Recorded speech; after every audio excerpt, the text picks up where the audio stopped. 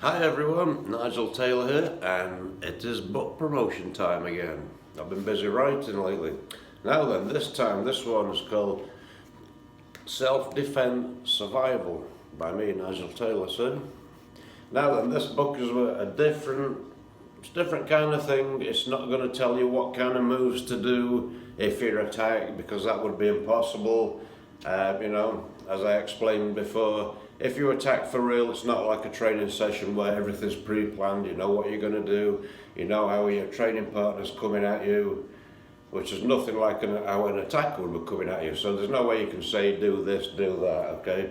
So what really this book is about, it's about 5 chapters, which I will go through each one, give you an idea what we're doing here. So then, chapter 1, be aware of your surroundings, which basically means being situationally aware. Now what I mean by that is, it's like common sense almost, which we don't always use, obviously, I mean, me included, but so say don't take the shortcut down the dark alley at night, yeah, that's common sense, right? Now you'd be surprised how many people don't think like that when they're doing it, and quite often it's amazing when people get attacked afterwards, they'll say, I felt like I was making a bad decision and I kind of sensed something was going to happen. So why do it in the first place if you feel that? But, it's going to make people aware of your surroundings, aware of the people in those surroundings, Because quite often when something feels let out of place, there's a reason for that. Trust your instincts. If something, you've got like a built-in warning system, okay, in your mind, in your brain, telling you these things. So take notice. Like I say, if something feels out of place or you feel uneasy about taking that shortcut, then don't do it. And that's what is meant by us being situationally aware, okay? So that's the first chapter. Now then, the second chapter, different types of confrontations. Now, I'm sure you've all seen people gesturing the arms out like that coming towards you. A lot of times it's more for show, okay? And they're not actually looking to do anything. It's just, I'm tough and all this. Quite often, the bark is worse than the bite, that kind of thing, okay? The exhibitionist, that's the word I'm looking for. Now, the ones you've really got to watch out for, obviously the ones that will just come up and straight out assault you, no warning whatsoever. So that's 2 different kinds of confrontations there. So that kind of covers the second chapter in detail. Third chapter, how much force can I use? Which is an interesting one, okay? Because a lot of people are under the impression if you get attacked, it gives you the right to half kill someone, which is not the case at all, okay? Like you get attacked and you get that like road rage kind of feeling. Now what I'm teaching people at my gym here is what I call street self-defense, okay? Now to me, martial arts self-defense, it should also teach you the aspect of self-control and discipline. Now, of course, when you get attacked, or let's just say if you get attacked, we hope you don't, but if you get attacked, a lot of that can go out the window and you just go crazy. Now, the thing with that, okay, you'll be surprised and amazed how many times an attacker will turn the tables on you and get you sued in a court of law for going over the top. It's one thing, someone attacks you, you stun them and get away. That's great, that's what it's all about.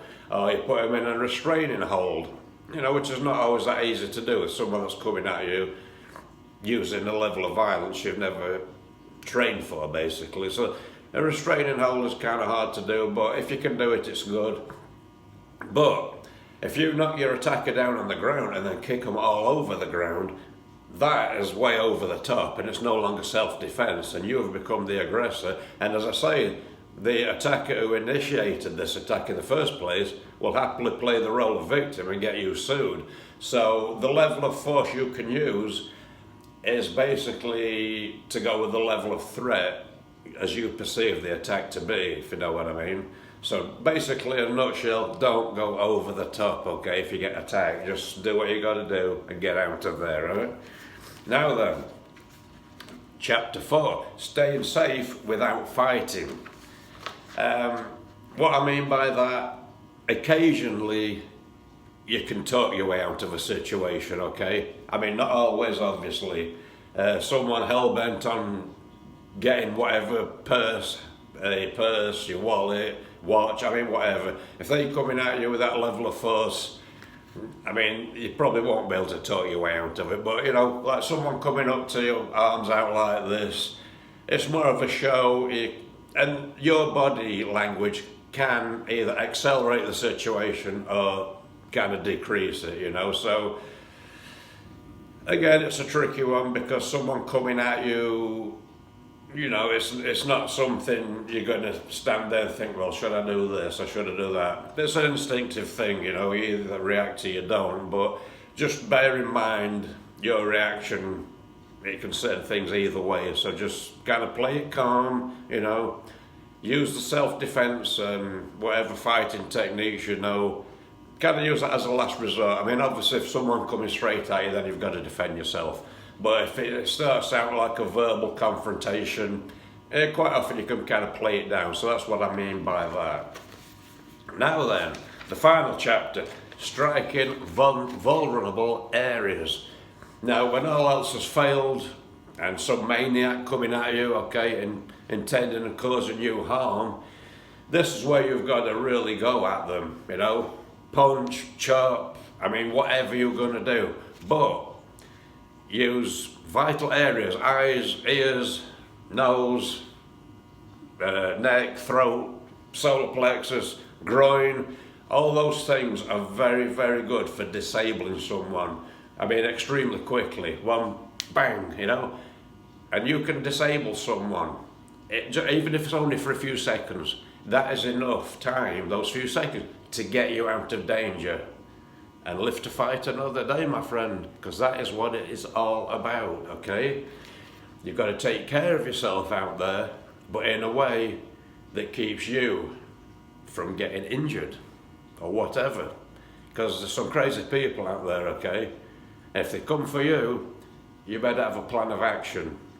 So say this book, now this is available on Amazon, Kindle and paperback versions as usual. As I say, it's not going to teach you how to do certain moves and things because you can't really teach someone that. When they're being attacked, you've got to do what you've got to do, and you either react or you don't.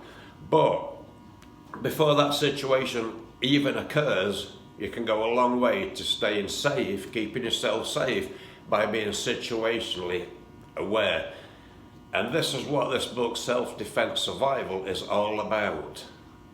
Just think before you do certain things, as I said before, don't go down that dark alley just to take a shortcut, you know, keep around the road.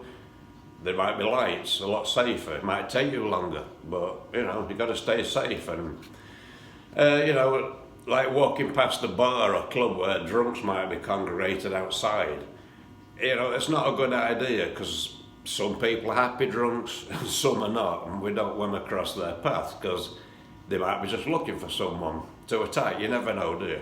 So that's basically what this book is about. Self-Defense Survival by me, Nigel Taylor. Get a copy and see what you think and let me know. Thank you. See you later.